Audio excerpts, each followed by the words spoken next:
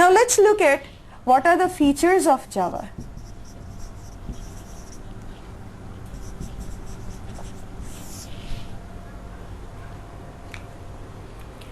First of all, we know that Java is an object-oriented language. Java is almost a purely object-oriented language. One example of purely object-oriented language is Smalltalk.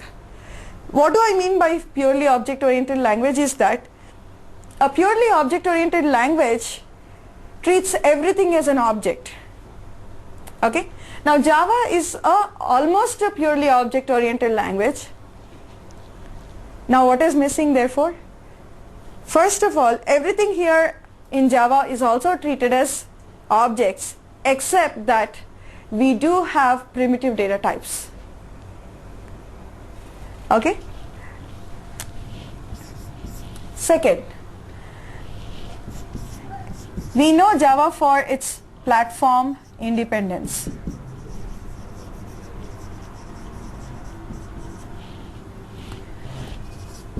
And architecturally neutral. So Java is platform independent as well as architecturally neutral. Now what do I mean by this? Platform independence means Java program, when you write the code and compile the program, still you are able to take that compiled program and run it on any platform, that is any OS. Okay, so it is independent of the OS. Now what makes it independent, we'll talk about it a little later. And it's architecturally neutral, which means on any hardware it works. So Java works with 32-bit platform onwards. So what makes your Java platform independence? It is the JVM, that is the Java Virtual Machine, and the bytecode.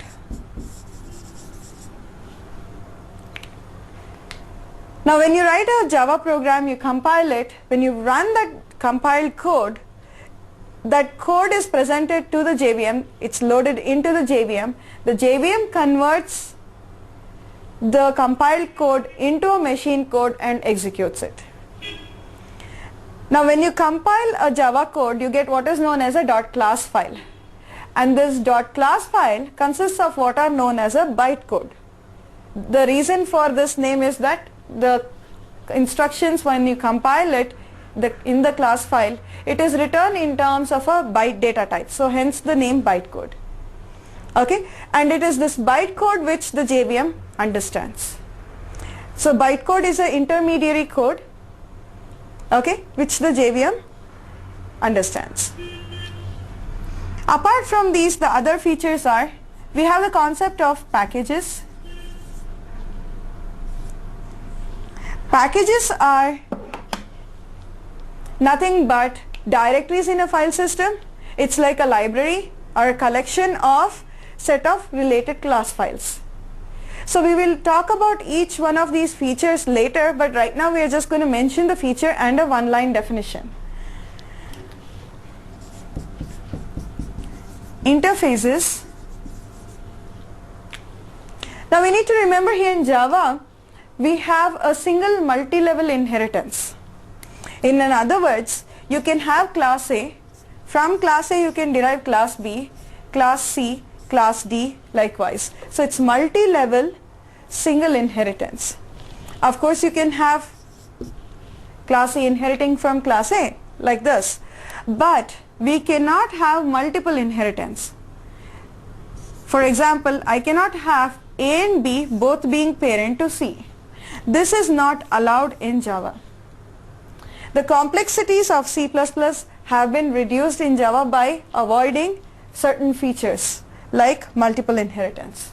Because in Java there is no way of saying, if suppose in class A I had a function f1, class B also has a function f1. Now class C, how do I resolve which function I am talking about, whether it's coming from A or B? So all this has been removed. So therefore it's single multiple inheritance in Java. Now interfaces are nothing but purely abstract class types in Java which can be multiply implemented on a Java class. So interfaces are used for dynamic binding. You cannot really say that it is used as a replacement for multiple inheritance, because when we talk about multiple inheritance, we would like to inherit the defined contents as well. But interfaces, as we said, are purely abstract. There is nothing defined in an interface. We'll look at that again later.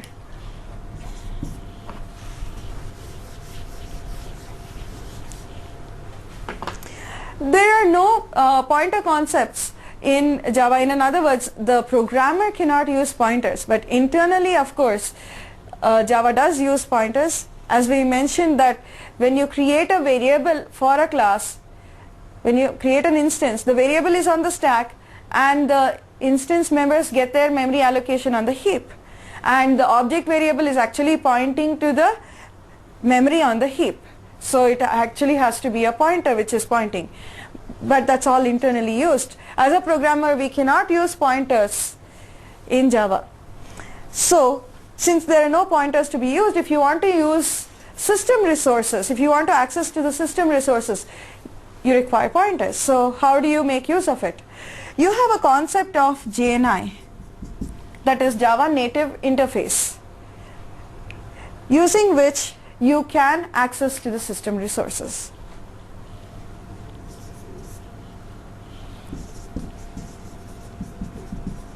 Exception handling.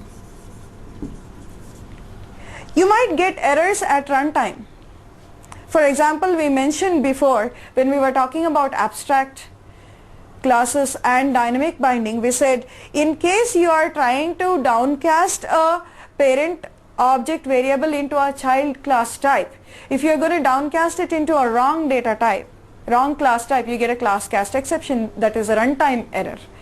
At the time when you are running your program, you get an error. Okay, that's called as a runtime error. So that's nothing but exception handling. You need to handle using exception handling concept. For example, errors, let's say you're trying to divide a value. If you're dividing a value by 0, you get an error. You're trying to access a variable which is not actually having any reference, you get an error. You're trying to access a file which does not exist, or you're trying to read a file beyond the length. You're trying to access an array beyond its length. These are all errors which occur at runtime, because you cannot find these out at compilation time. So such errors can be handled using exception handling. Then we have multi-threading.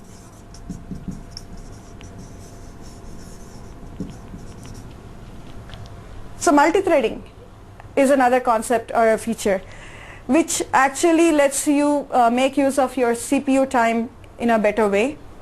Okay, it lets you parallelly execute two paths of execution which are functionally independent of each other.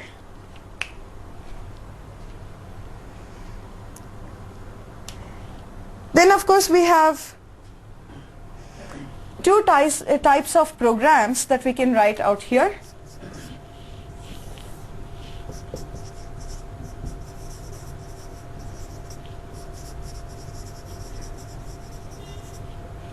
One is called as an application program. This is in terms, we are talking about in terms of a client program, and an applet program. An application program is a standalone program, whereas an applet is a web client. So it runs on the browser. An application, since it's a standalone program, standalone programs always have to start at a particular point, and that's nothing but the main function. So we need to have a main function in case of an application program, whereas in case of an applet it has its own life cycle.